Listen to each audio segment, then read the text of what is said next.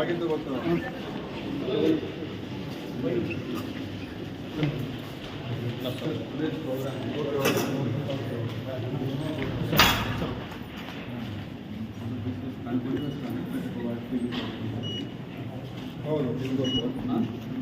So now what we are doing today specifically, we have developed a very special patented program for diabetes, hypertension, obesity, thyroid, usually allergies.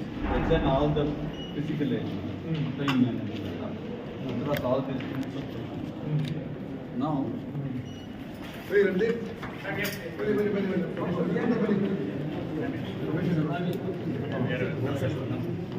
so there is something which is created something called care plan. This is what they have done in each of the diseases. About 8 to 10,000 patients per patient. Look at what happened on daily. Somebody would have got stroke, somebody got heart attack, somebody would have been daily insurance. All of this data analyzed. We developed a protocol. This protocol is taken and compared up to date and all. And developed something called care plan.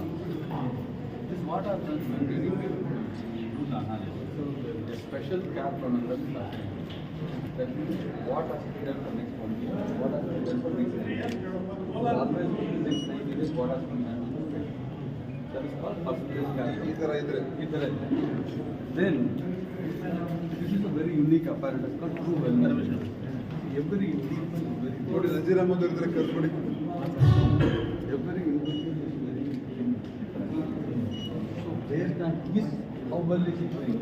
See for 85-year-old, 145. So like this for everything is not.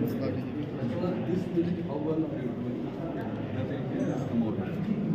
Okay, now in this model just trained all the doctors in this country.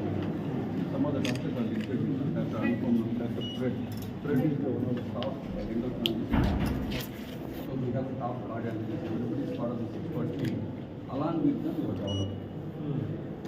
So now we look at it, it is all available in all different formats, mobile phone, laptops, everywhere also. It is all done through our patent headquarters in Kolar. So that's not that all the people in the village they need to use all of it. So for every patient, we have to use one compact. This process will be all the different and then make them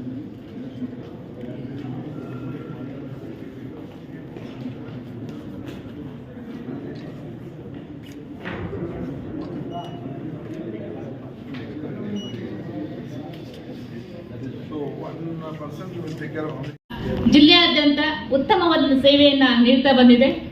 ಈಗ ಗ್ರಾಮೀಣ ಪ್ರದೇಶದ ನಾಗರಿಕರ ಜೀವನ ಶೈಲಿ ಬದಲಾವಣೆ ಮತ್ತು ಅಸಾಂಕ್ರಾಮಿಕ ರೋಗಗಳ ನಿರ್ವಹಣೆಯ ಪ್ರಾಯೋಗಿಕ ಕಾರ್ಯಕ್ರಮದ ಉದ್ಘಾಟನೆಗಾಗಿ ಸನ್ಮಾನ್ಯ ಆರೋಗ್ಯ ಸಚಿವರನ್ನ ಬರಮಾಡಿಕೊಳ್ಳಲಾಗಿದೆ.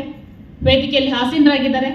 ಸೊ ಈ ಒಂದು ಕಾರ್ಯಕ್ರಮವನ್ನು ಯಶಸ್ವಿಯಾಗುವಂತ ಕೋರ್ತಾ ಎಲ್ಲರೂ ನಿಂತು ನಾಡಗೀತೆಯನ್ನ ನುಡಿಬೇಕಂತ ಎಲ್ಲರಲ್ಲೂ ಕೂಡ ನಾನು ಮನವಿ ಮಾಡ್ತಾ ಇದ್ದೀನಿ.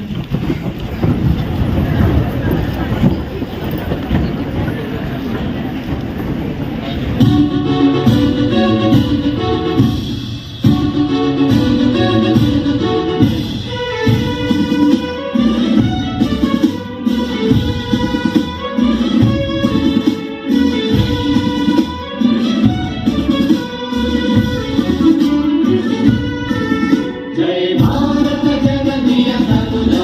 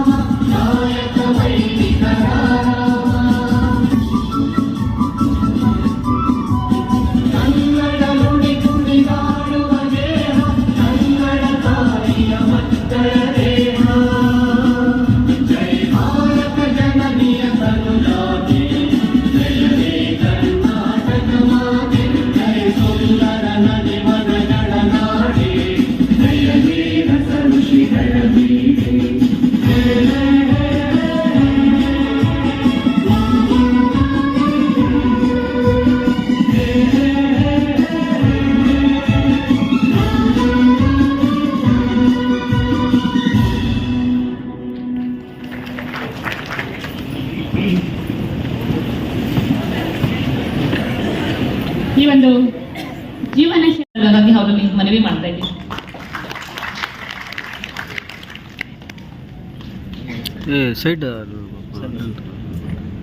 ಎಲ್ಲರಿಗೂ ನಮಸ್ಕಾರ.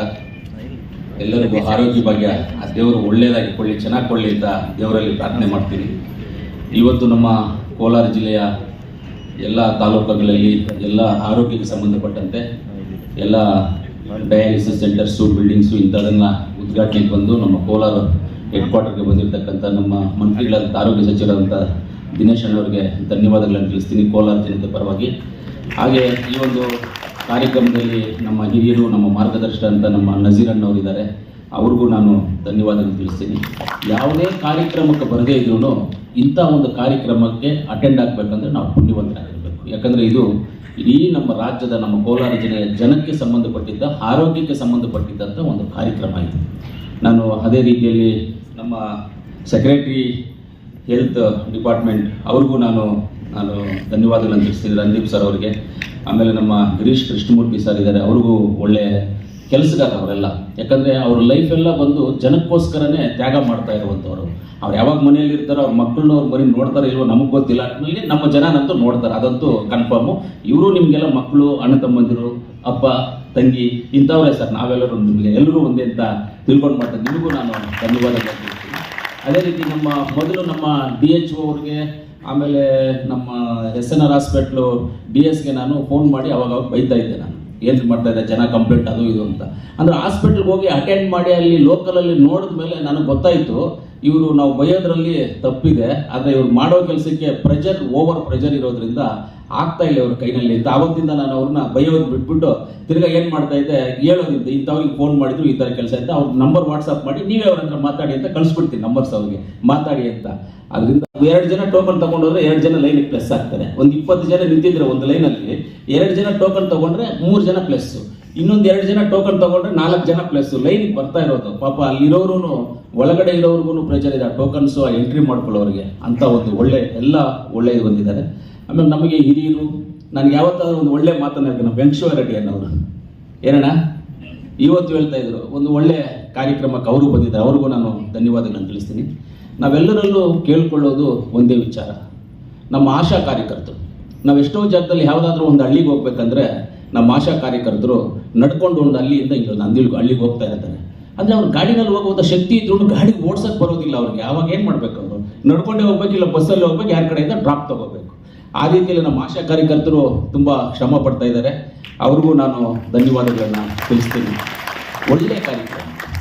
ಇವತ್ತು ನಮ್ಮ ಟಾಟಾ ಕಂಪನಿಯಿಂದ ಇಡೀ ನಮ್ಮ ದೇಶದಲ್ಲಿ ಯಾರ್ಯಾರೋ ಎಷ್ಟೆಷ್ಟೋ ಮಾಡ್ಬೋದು, ಏನೇನೋ ಮಾಡ್ಬೋದು, ಎಂಥ ಶ್ರೀಮಂತರು ಇರ್ಬೋದು, ಅವ್ರಿಗಾಗಿ ಅವ್ರು ಎಷ್ಟೋ ಮಾಡ್ಕೋಬೋದು. ಆದರೆ ಇವತ್ತು ನಮ್ಮ ಟಾಟಾ ಕಂಪನಿಯಿಂದ ಇವತ್ತು ನಮ್ಮ ಕೋಲಾರ ಜಿಲ್ಲೆಯಲ್ಲಿ ಜೀವನ ಶೈಲಿ ರೋಗ ನಿವಾರಣೆ ಆರೋಗ್ಯ ರಕ್ಷಾ ಕಾರ್ಯಕ್ರಮ ಕೋಲಾರ, ಅಂದರೆ ನಮಗೆ ಬರುವಂಥ ಕಾಯಿಲೆಗಳನ್ನು ಮುಂಜಾಗ್ರತವಾಗಿ ನಾವು ತಡೆಗಟ್ಟುವಂಥ ಒಂದು ಜವಾಬ್ದಾರಿ ಯಾವ ರೀತಿಯಲ್ಲಿ ತಗೋಬೇಕು, ಅದಕ್ಕೆ ಏನು ಮಾಡಬೇಕು ಅನ್ನೋದ್ರ ಬಗ್ಗೆ ಇವತ್ತು ಒಂದು ನಮಗೆಲ್ಲ ಎಕ್ಸ್ಪ್ಲೈನ್ ಮಾಡ್ಕೊಂಡು ಬಂದರು. ಇದೆಲ್ಲ ಬಂದು ತುಂಬ ಸಂತೋಷಕರದಂಥ ಒಂದು ವಿಚಾರ. ನಮ್ಮ ಟಾಟಾ ಕಂಪ್ನಿಯಿಂದ ಮಾಡ್ತಾ ಇರಬೇಕಂದ್ರೆ ಈ ಒಂದು ಕಾರ್ಯಕ್ರಮ ಏನಂತಂದರೆ, ಅವರು ಲೈಫನ್ನು ಟಾಟಾ ಬಂದು ಒಂದು ಚಾರಿಟಿ ಕಂಪನಿನೇ, ಒಂದು ಚಾರಿಟಿ. ಟಾಟಾ ಕಂಪ್ನಿ ಒಂದು ಚಾರಿಟಿ. ಅದು ಏನಂದ್ರು ಡೆವಲಪ್ಮೆಂಟ್ ಅಂದರೆ ನಮ್ಮ ಓನ್ ಕಂಪನಿ ಅಲ್ಲ, ಅದು ಪಬ್ಲಿಕ್ ಚಾರಿಟಿ ಕಂಪನಿ. ಇವಾಗ ಟಾಟಾದು ತಾಜ್ ಹೋಟೆಲ್ಸ್ ಇದೆ. ತಾಜ್ ಹೋಟೆಲ್ಸಲ್ಲಿ ಏನು ಪ್ರಾಫಿಟ್ ಬರುತ್ತೋ ಟೋಟಲ್ ಪ್ರಾಫಿಟ್ಟು ತಾಜ್ ಹೋಟೆಲ್ಸು ಚಾರಿಟಿಗೆ ಹೋಗೋದು. ಚಾರಿಟಿಗೆ ಹೋಗೋದು ಯಾರಿಗೂ ಗೊತ್ತಿದೆಯೋ ಗೊತ್ತಿಲ್ಲ ಯಾರಿಗೋರಿಗೆ. ಹೋಟೆಲ್ಸ್ ಪ್ರಾಫಿಟ್ ಎಲ್ಲ ಬಂದ್ಬಿಟ್ಟು ಚಾರಿಟಿಗೆ ಹೋಗುತ್ತೆ. ಅದಕ್ಕೆ ನಾನೇನು ಮಾಡ್ತೀನಿ, ಯಾವುದೇ ಎಲ್ಲೇ ಹೋದ್ರೂ ನಾನು ತಾಜ್ ಹೋಟೆಲ್ಲೇ ಸ್ಟೇ ಮಾಡ್ತೀನಿ, ಬೇರೆ ಹೋಟೆಲ್ ನಾನು ಹೋಗೋದೇ ಇಲ್ಲ, ಅದೇ ಹೋಟೆಲ್ಲೇ ಸ್ಟೇ ಮಾಡ್ತೀನಿ ನಾನು.